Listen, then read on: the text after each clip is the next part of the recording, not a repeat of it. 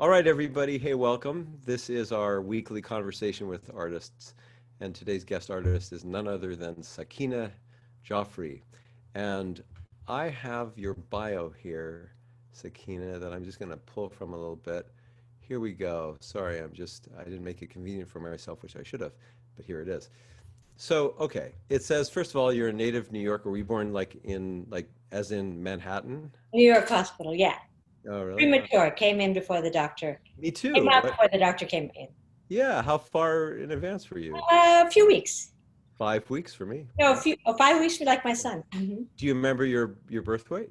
I not that you wouldn't remember it, I don't think, but you might know it. Is it too small to be like 4.5 pounds? I feel like That's I'm what I small. was. I was 4.5 pounds. Stop it, Seth. Oh, We're well, the same. I'm unbelievable. Okay. I'm coming right through the screen. No, okay. Um, and then it says here in the bio that you were at 17, you made your acting debut in Wallace Shawn's Marie and Bruce at the Public. So that was, when you say your acting debut, do you mean that literally, like that was literally the first time you ever were on any stage, or that was the first time you were on a stage? No, that was when I was in a professional play. Yeah. I had I had started dancing. I studied at the Jaffrey Ballet, which I Mhm. grew up in Greenwich Village, and the Jaffrey Ballet was there. So I started when I was 5. So then, by the time I was about 9 or 10, they started selecting certain kids to dance with the company. Hmm. So I danced with Jaffrey in their ballets for like three years or something at City Center. Wow. So I'd Do you been on the remember, do you stage. remember a dancer named Erica Goodman? Yes. Yeah.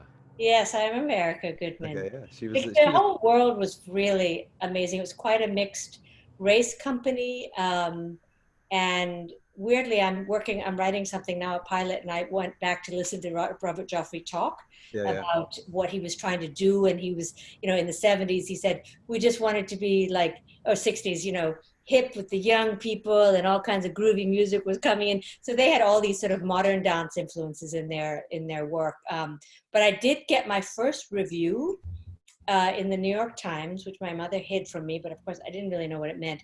It talked about a that sickly looking girl in the gangster hat. Yeah, because I was 4.5 pounds at birth. So I was really, really thin, like kind of, I don't know if you can see, but like Indian thin, like really, really thin. But Yeah, yeah, yeah. I think my dancing merited more than that, but whatever. So actually, the Wow. interesting thing is that I did dance and I danced for years. And then because I was backstage and I saw the Yeah, dancers starving themselves and their bleeding feet and their cigarettes and their yeah, bad relationships, and like, I was like, oh, okay, can't do yeah, that. Don't want to do that. yeah, So yeah. the answer to your question is that I did plays and stuff in high school and all through. But I had the opportunity to audition for a play, uh, and I got it senior year. I'd gotten into college, so it was like equity card, money. So that was And Marie and Bruce, that's a two-hander, isn't it? Is it just a it is, two-character but play? they're party scenes. So it Oh, was I see. both Bob Balaban and Louise Lasser, but it was also at times it was oh my God, I can't believe I'm forgetting his name. Uh, yeah, they were there. Then Wally would step in sometimes. It was nuts. It was nuts. Wow. There was one time where I didn't know anything about the professional stage, and I had a monologue, and it was going incredibly well. It was audience was laughing. And as I'm doing the scene, I'm on the back of a sofa, and Louise Lasser is there.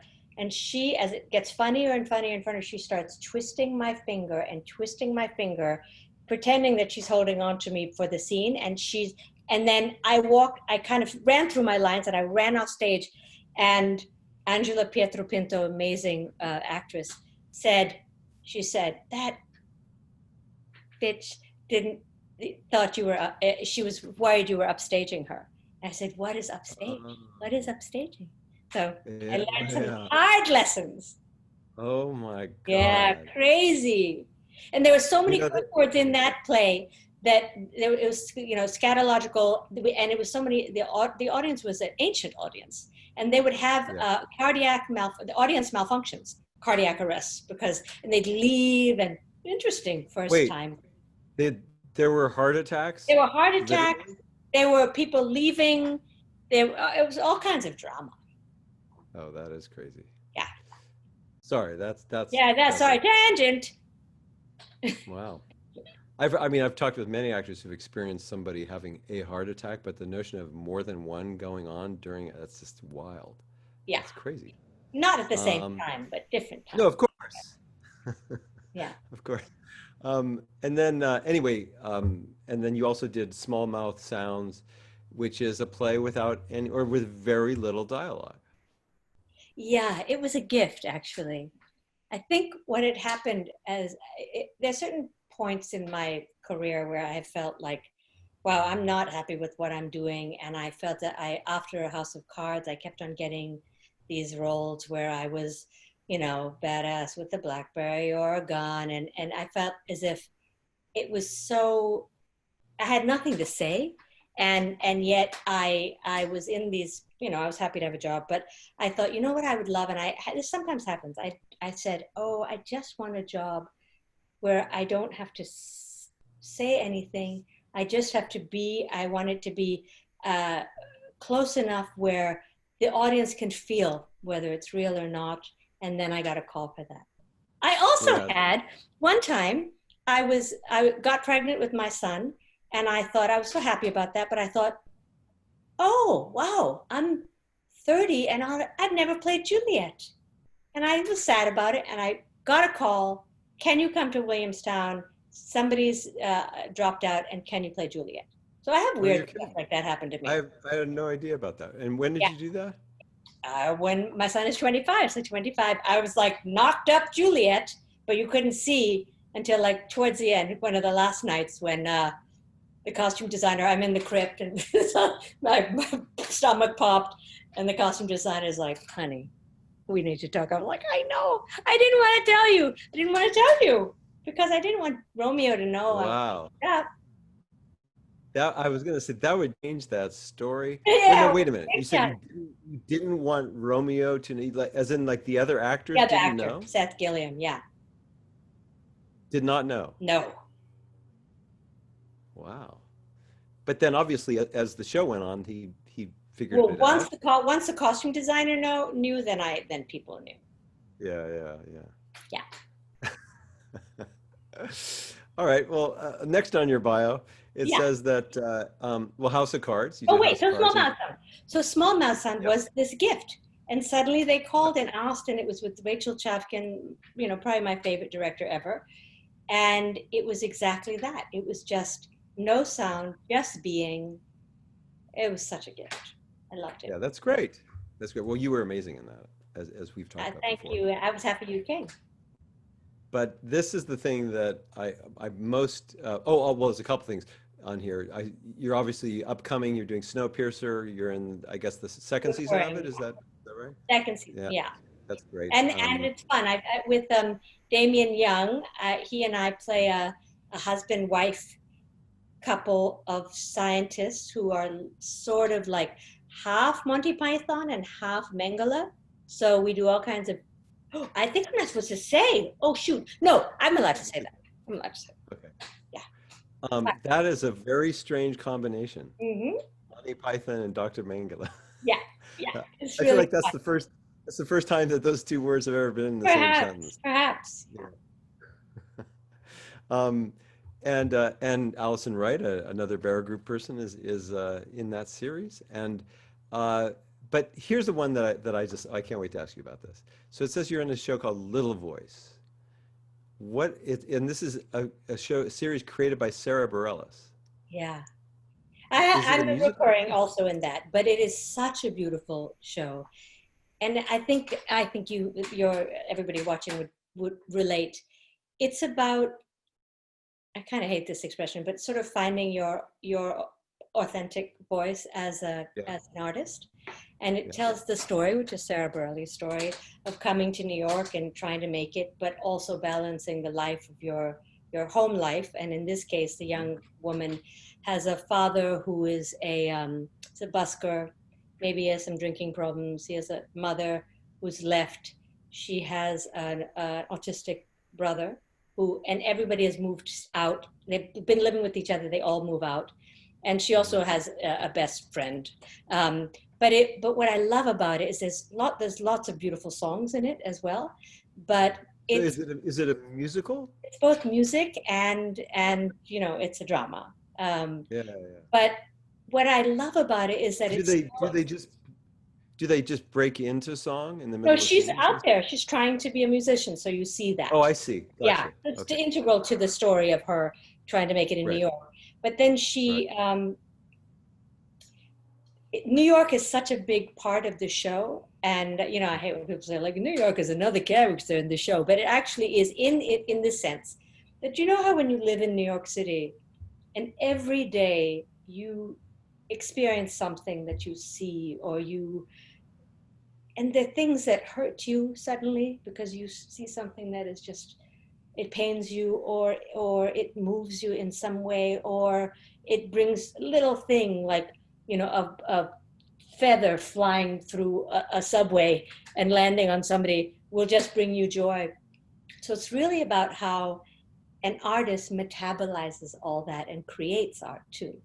So Yeah. it's just lovely. I mean, I don't know. I haven't seen it. I just was Yeah. doing it. So I have she has the girl has a best friend who's Indian, and she is part of an all-girl mariachi band, which actually there is an all-girl mariachi band. And I'm her mother. So anyway, I was just happy to be a part of it. And Yeah, that's also great. very women, you know, women were Jesse is Nelson is the writer and the showrunner, so it's just a lot of female energy on the set, which you know, oh, this is nice change. Yeah. That's great. Yeah, I think I it's actually really nice. I look forward to that show. I'm a huge fan of her music, so that would be cool. Yeah, she's a special one, boy. Really Yeah. inspiring. Really, really loves artists. Like you felt her love when she was on set, and also oh, young Yeah. and amazing. That's cool. Yeah. That's cool. I've met her once, but it was one of those things where I think we were hanging backstage at one of Mike Birbiglia's shows or something. But Oh yeah. it's one of those weird situations like, well, we're chatting, but I don't know your name. And It's like, you said her yeah, she was sister is very an polite. amazing actress, didn't? Were you the one who told me that? That say it Did you? again? Were you the one who told me that Sarah's sister is an amazing actress? Oh yeah, Jen Yeah, Brelis cool, is an cool. incredible actor. Yeah, Yeah. that's I cool. hope she sees this and gets how I'm a fan of Jen Brelis. Yeah, Um, anyway, how long have we known each other? A long time. long Because time, Seth. I came to you because of Eliza Falls, yeah, and at a time again where I had done a film or something in India, and I had come back, and there was certain stiffness. I just felt like I'd lost the playing, yeah, and I'm taking your class again, also because I've yeah, been feeling that a little bit. So yeah, I've known you a long time. yeah. I feel like 20 plus years for Yeah, sure. yeah, Yeah, yeah, that's amazing. yeah. Um, and I don't want to get sidetracked on all these other things, but you also are an amazing chef, and Yeah, I've well, I mean, I don't know. I like tastiness, so I got to create it sometimes. yeah, that's right. And your mom is a very well-known actor and also famous cookbook writer as well, right? Yeah, Do I have that right? yeah. Yeah, that's amazing. Um, anyway, so let's talk craft stuff really, just because I imagine a lot of people might have questions like that. Yeah. So this is just a conversation starter. I have no idea where this is going to go, but what on earth do you do when you act? Like from jump, you get a script, and then what do you do? Well, shall we take, for example, should we do an example Sure. like House of Cards or something that people maybe have seen? Sure. Yeah. So uh, that was, I've actually heard other people talk about this issue where in your head this character is not the type of thing you would get cast. So you have to move out of that thinking first of all, right? And I think what happens when I think a character is so far away from me is that I start doing research. So I'll read a Condi Rice book. I'll start looking at videos of women both who are higher up in politics, but Hmm. also when you can't find that, then I'll look at female CEOs, and I'll do a whole bunch of sort of behavioral research. And now Yeah. it's so much easier. Obviously, it was a little bit. Hmm. It's gotten way easier to do that. Hmm. I'll certainly do I did all the political research, and my husband is a journalist, as you know, a political journalist. So I was able to ask him a lot of those questions. And then I just, uh, what do you do with the information that you glean? So you do all this research, and yeah, I'm imagining that you're seeing, um, what do people wear, uh, what are you looking for? I'm looking for how these women take Hmm. command. Because Okay. if I am playing Linda Vasquez, and she is probably the one of the few smartest people in the room, and she's with all men, so I'm just interested in what these women have found works. So Uh-huh. it's really like it's the anthropological, sort of sociological part of this world and craft that I love. Yeah. And then I'll have to leave it alone. But I think that, and like my first scene up, I have to fire Kevin Spacey. So like, Yeah. I better not be shitting bricks. I better have it together. So I have to do all that confidence building beforehand, so that I can get in there and just relax and be more confident than he is. Yeah. So it's really just kind of tools, but And partly, then, yes, oh, go and ahead. then No, let it all go, right? that's what I was about to say, is because Exactly. I'm very familiar with, you and your working processes, and it seems like you do all that stuff, and then step two is like, all right, now you just forget all about all of that.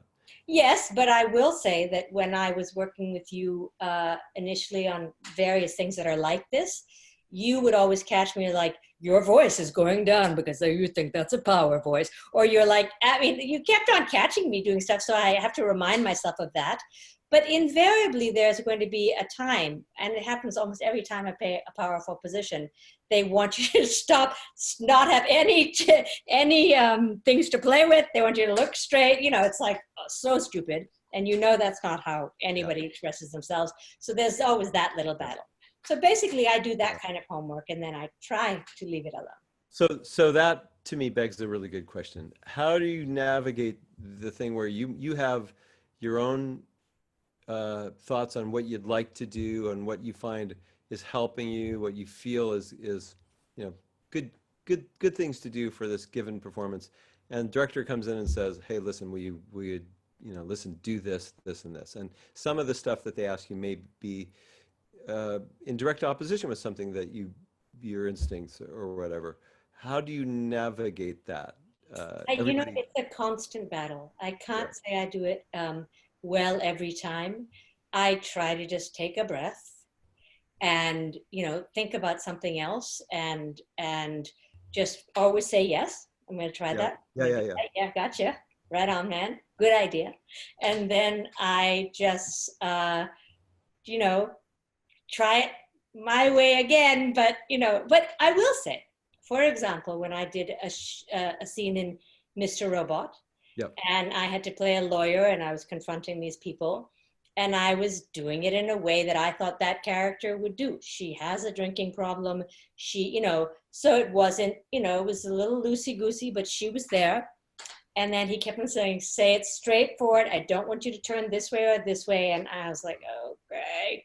Surely enough, I see when I watch it, it's filmed in a way that it's the longest table you've ever seen, and any slight movement this way or that way was going to freaking wreck the scene, and actually it was completely right.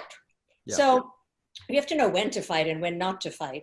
But I swear, I have so many roles where I'm like sending the Resolute off into space. I'm like sending things off into space. That's time machine here, I invariably have to just stand there, look at the thing that's not there because there's no real time machine, and just like so. I Wait. Hold the phone. There's no real time machine? listen, Seth.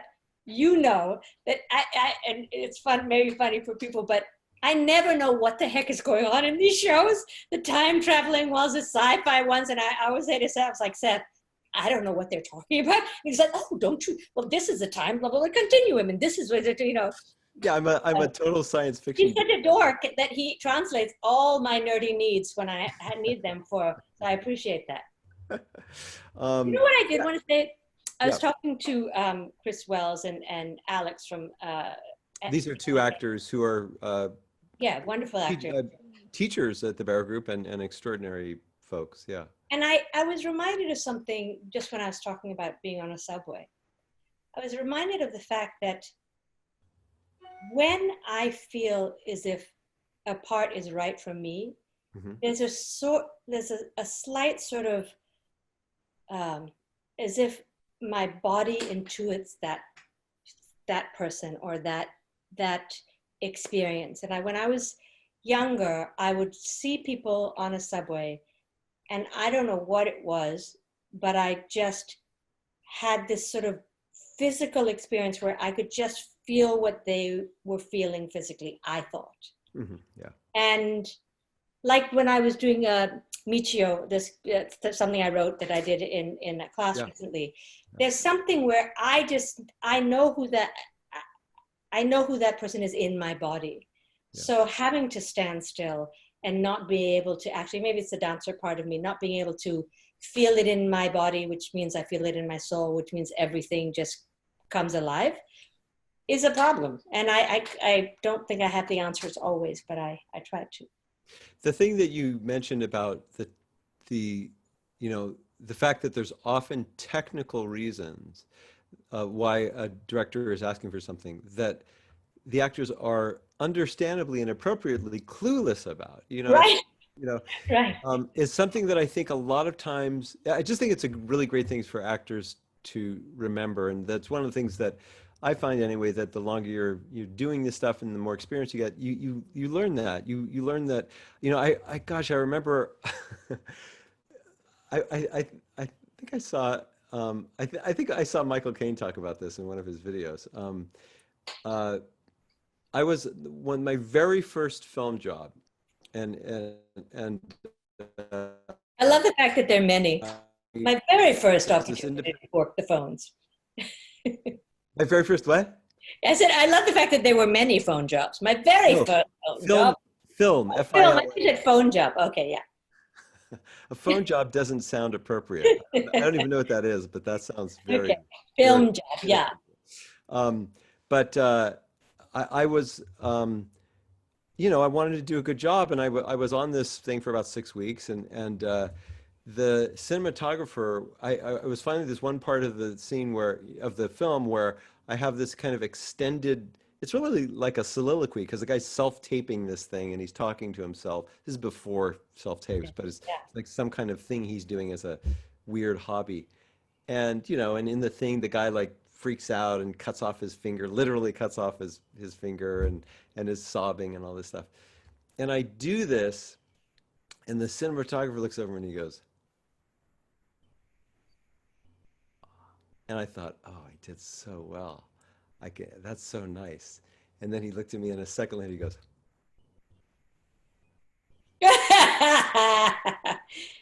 it means like I yeah, stayed perfectly in frame. And I was like, oh, yeah, that's how yeah. that. Thanks.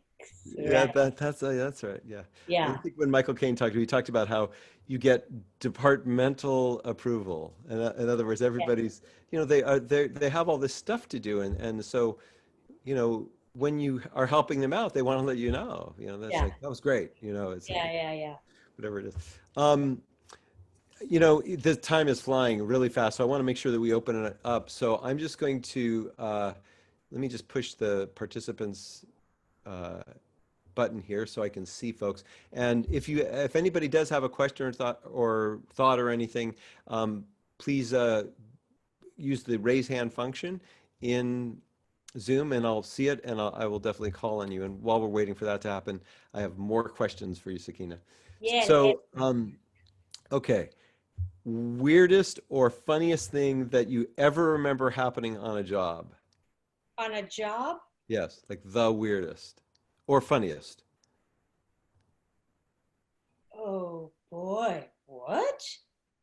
Uh, Like when something went wrong, or something cracked you up, or something like that. Gosh, judging from your response, I'm thinking do you crack up much when you're playing? well, okay. So the one I can think of that just comes to mind because I was just talking with Sarita today is we did a play at the new group called Rafta Rafta. Yeah. And there's a scene where she's in a couple and I'm a couple and we're talking. And I had this one line, of course, that was just like so difficult to get out, so difficult every night. And I managed to do it. And this night, we happened to have Broadway producers who were maybe going to take the show to Broadway. Yeah. And we had, and I started to say this line and it was just going downhill south. It was going so bad, right?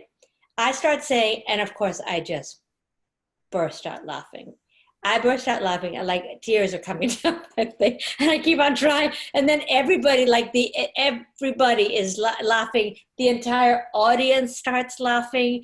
And evidently later in the bathroom, this producer, I forget, it was a big name producer. She was in there and she was, getting scoop on like what people thought. And basically because it suddenly came alive, people were just like, that was the best thing I've ever seen. It's like, Ah, that precious thing where it's so real and you're like, I think audiences love to see us struggle, yeah, and we tried to save ourselves and study just we were just all trying to like hang on to it, but it was impossible. So yeah. I that's, love it. I have to say, I I just love it. love it when that stuff happens. Yeah, it was beautiful. And they decided to take the show to Broadway because of it. And Oh, is then that right? 2008 crash and it didn't happen. That's right. Yeah. I remember when that occurred. Um, Here's another. Oh, one thing that's Yeah, not funny, but yeah, I was shooting a film 25 years ago. It was called Indian in the Cupboard. And I actually came off doing Romeo and Juliet to doing yeah, that. yeah, Frank Oz, the director, yeah. barely asked me to audition. He wanted to know about my sonogram and how the pregnancy. And we shot in September, and then we shot in January, Yeah. December. So they built me a pregnancy suit. He asked me how my mother's pregnancy looked. I said skinny legs, bird belly, and then so he built that for me. We went and shot it. It was the last day of shooting. They finished like 2 days early. Somebody had died on that shoot. Oh, I Uh, didn't know a grip guy had died, that. and I finished shooting and had Mexican food and went into labor 5 weeks early, like you, and gave birth to my child in Los Angeles by accident. Wait a minute. You went into labor on set? I left set. I had Mexican food. I went into labor. Oh, okay. Yeah, that was a strange thing. That is a very strange thing. Yeah, especially because somebody had passed away on that thing, and it was called Indian in the Cupboard. It was a little weird. I just saw that film like not too long ago. And It was a yeah, lovely book series. Did you read the series? no, it's good. Oh yeah, yeah, yeah. I mean, for kids, it was really a lovely one. Yeah, Mhm. it's a very sweet film. It's a very Very sweet. innocent Yeah, film. that was Um, wow. that was the weirdest.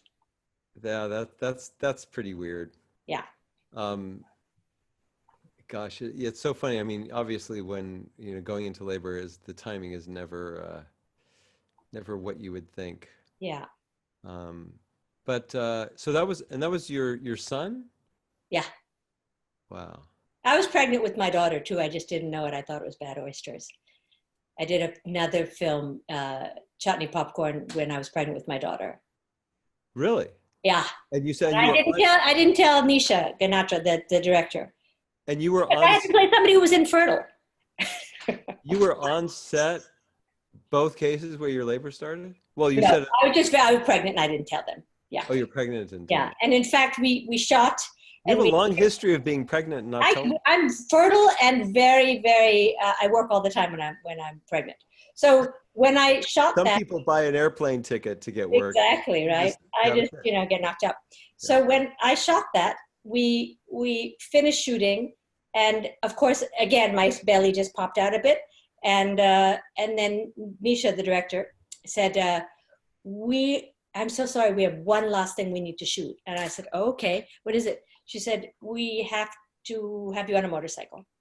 I said, oh. I think I got to tell you something. I'm totally pregnant. So anyway, we shot it on the back of a truck. No, wait a second. Is riding a motorcycle, is that a specifically a thing that's problematic for pregnant folks because of the motion? No, just for somebody who doesn't ride a motorcycle, who's pregnant and doesn't want to die, it's a thing. Yeah. Yeah, Okay. I get that. yeah, yeah, yeah. I was just thinking because they have all those, amusement parks, they have all those rides where they have signs that says, and one of the things is, if you suffer from motion sickness or are pregnant, do not go on Oh, yeah. this. Yeah, I don't know. And I didn't know it was something like that. I see that Brian Rojas has a question, and so Brian, go ahead and unmute your microphone and turn on your video, and there you are. Hey Um, guys. hey, man. Hi, Brian. Um, Hey Sakina, thank you for doing this and sharing your light with us. I had a quick question just because I see that you work so much. And so one of the questions that I was wondering is that if a lot of these roles that you receive, are they usually written for somebody for an ethnic actor? Or are some of these roles that you come across roles that maybe when they were written or when they were kind of spoken about when they were in pre-production wasn't necessarily going to be somebody, but then later on it turns out to be? I think, Brian, I've had both. And I will just talk about one of the aspects of this world that I don't love. And that basically, and I believe it's gotten better in the last 5 years and it's going to get better now. But they're always lead roles. And then they're roles that they're going ethnic with or diverse, that word. And they're never, most often not the lead roles, but they have to fill in certain quotas and have to, I mean, they're not saying it's quotas, but they will say, oh, well, of course, that shrink, that judge, like every shrink is Black or every judge is a Hispanic woman. Why? Because they're smaller parts and they're going to fill those with, and so that they look as if they've done the service and they just get people in those roles. But defending Jacob, for example, I play the what's it called, the district attorney, and the writer wrote it for me. So she's Irish, but he wrote it for me with me in mind. So I've had things like that where people are thinking of me. But I will say it's one aspect of things that I really don't like. It's getting better, but basically productions will just try to fill in little spaces with people of color. that's right. They're doing the right thing. Pardon me?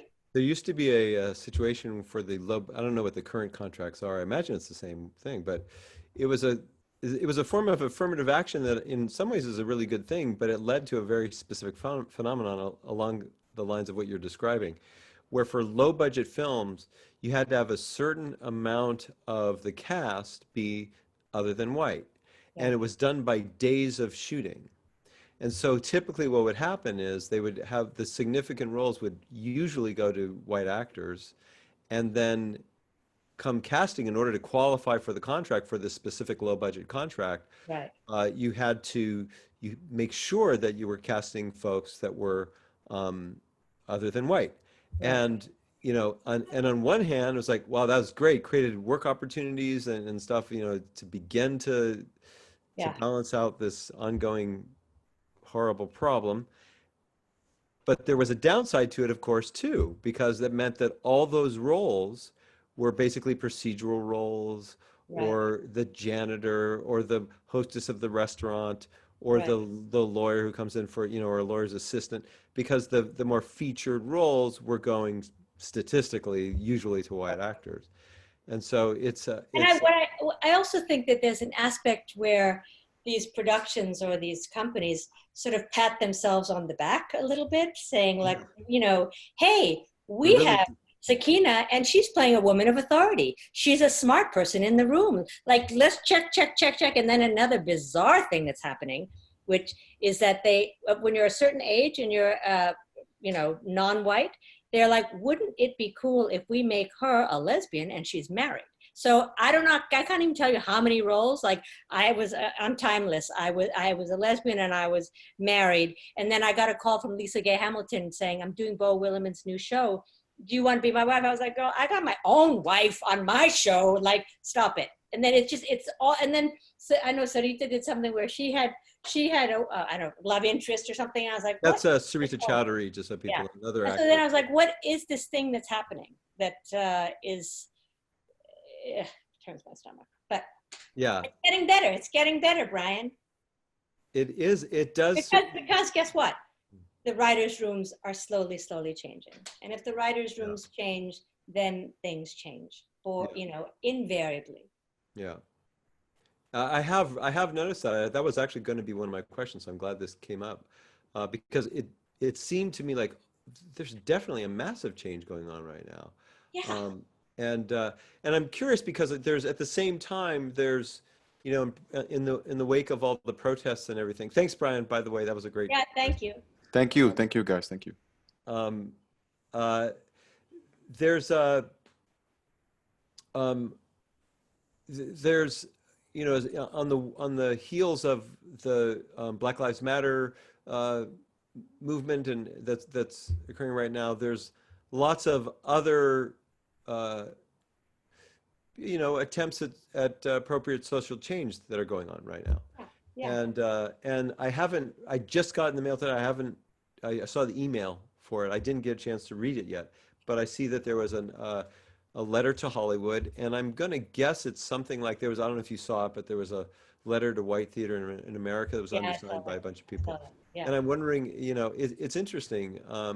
There's obviously so much change that still wants and needs to happen. But I mean, in the midst of so many bad things happening, it's nice to see something good that's happening. I think it was already a change 4 years ago, Yeah. and this I hope will be a real change. When I've been asked to speak sometimes to like Indian organizations and whatever, and sometimes the parents are like, I wanted the child should be a doctor, engineer, and I say what I would say to you is if you want your child to have a degree, let them go to a writing program, because let them go into the arts and get those degrees that you want, but let them write, because if we don't have them in the room, then you're not going to see them on your television screen. Yeah. Purna's doing this beautiful job on Mindy's new show. Mindy creates her own work, Yeah. Rami creates his own work. Yeah, that's Purna Jagannathan, another friend of ours, an actress, and also a longtime member of the Bear Groups community. And she's on Mindy Kaling's new show. You're on that as well, are you? No. Oh, you're not? I played her mother. In her first show, the Mindy project, I played. Oh, okay. Yeah. That's why I confused it. Yeah. You played Mindy's mother? I played Mindy's mother, yeah. That's fun. Yeah, so much fun. It was comedy, and man, do you feel free in your body when you're doing comedy. Yeah. So much fun. It is. It's so much fun. Yeah, that was dreamy. Well, that's great. And just as a reminder, if anybody else has any questions, feel free to chime in. Otherwise, I'll just keep going. I could talk with Sakina all day. There are so many. So you very early on in your career, you were doing was it a single Merchant Ivory film or a couple of Merchant Ivory films? Couple, yeah. Yeah. So how was that experience? I mean, the reason I ask is that at that time, my sense over here in the States is we looked at Merchant Ivory as like, wow, they're doing something that is so different than what we're doing in America in terms of filmmaking. The quality tended to be so good. So many actors came through their system and went on to such successful and huge careers and stuff. Was it just a normal film experience for you, or was there Well, okay, let me just start from the beginning, okay. which is that my parents introduced Jim and Ismail Oh, really? in the 50s in New York when they had come to be actors, and Jim was a producer, had gone to, I think he went to NYU. Ismail had come from like Iowa, Oregon or something. And they started, and my parents were in their very, very, very early films. And I think a lot of the young people listening probably don't even know about them, but those were films that Ruth Chavwala wrote the script for. And my mother did one called Shakespearewala about this British troupe that did Shakespeare around all through India. And that troupe once the British were forced to leave, well, once they left, then there was no place for them. So my mother plays a starlet who's, whose enemy is the young British star who does the Shakespeare. And anyway, so they did all those, and my father was in chess players. They were all early, real, true, beautiful small films. So what you know him from is that next generation of films, which are, Room with a View and those things. But that's not the experience. I was even in one called The Guru. My sisters and I were in. We were tiny. But so my experience is both of them is sort of like my uncles. And I did have the opportunity to be in one film with my mother, and I played quite a hussy who was, it's a film called Cotton Mary, and it's when the British have left and the Anglo-Indians, who are both, are both British and Indian, are desperately trying to hold on to some power. And it leads to really hideous behavior on the part of the people left. And I play quite a... Was that the only film that you had made with your mother? I did Chutney Popcorn with her. She played my mother, and she played Nisha Ganatra's mother. And yeah. Wow. And okay, so what? Bonkers. First time you do a film with your mother. It's like, what are you doing here? What are you doing here? Like, it was crazy. And would you say overall, generally a good thing?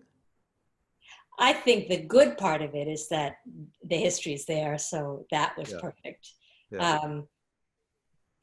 I kind of would like to do it again because it was just kind of jarring, I think, the first time. Yeah. But she was, she's fantastic. And so that was fun. Would she ever give you tips or things like that? Yeah. Or, like, don't do that with your face when you're like, or you're not going to do that with your, that's not, I don't know if that constitutes and you're like, tip. Not helpful. No, thank you so much. No. Next. That's not a tip. That's just flat out judgment. Just whatever.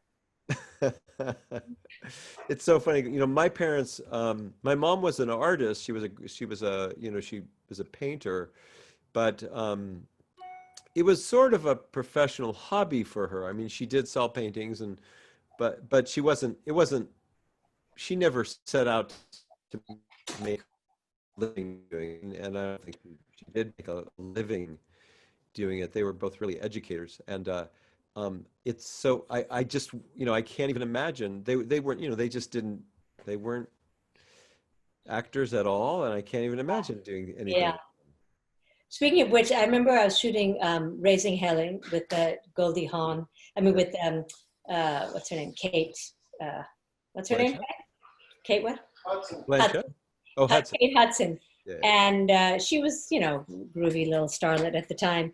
And I remember sitting on these chairs, the chairs waiting to go on. And I saw going up the stairs to meet Gary Marshall. I saw this hotsy-totsy little butt walking up like in a little, I don't know, sexy little dress. And then she turned around and it was Goldie Hawn. It was really creepy. Yeah. And actually, when I did Romeo and Juliet at Williamstown, there was a, what's her name? The Goop girl. What's her name? The Goop girl? Yeah. Oh, Gwyneth Paltrow. Gwyneth Paltrow had just done a film with Seth Gilliam, a Merchant Ivory film with Seth Gilliam. So she was around, and I remember listening to her mother talk one night after she was in Seagull or something. Yeah, and her mother said, well, I think she really must get a proper education. She must go to Yale or she must go to Juilliard. And the girl did fine without all that stuff. Yeah, she did okay. Yeah, she did all right. She did okay. Well, believe it or not, Sakina, that is it. Okay. We are absolutely through, but there's one last question I see on the chat thing. So I just want to see. Oh yeah, I see what this is. So there's a question about, the future and for you. Is there something that you aspire to? Well, I'm always working on my own stuff. So I have those immigrant stories that I'd like to finish. As a writer. Yeah.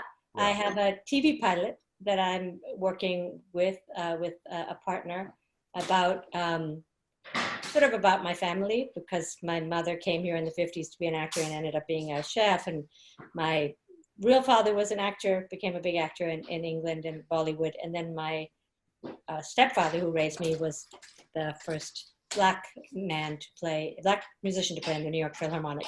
So it's about pioneers, but it's also about race. It's about a lot of stuff, but in 1976. So I'm working on that. And then I always want to just go do comedy. I just want to do comedy, and nobody puts me in comedy anymore. So that's always my goal.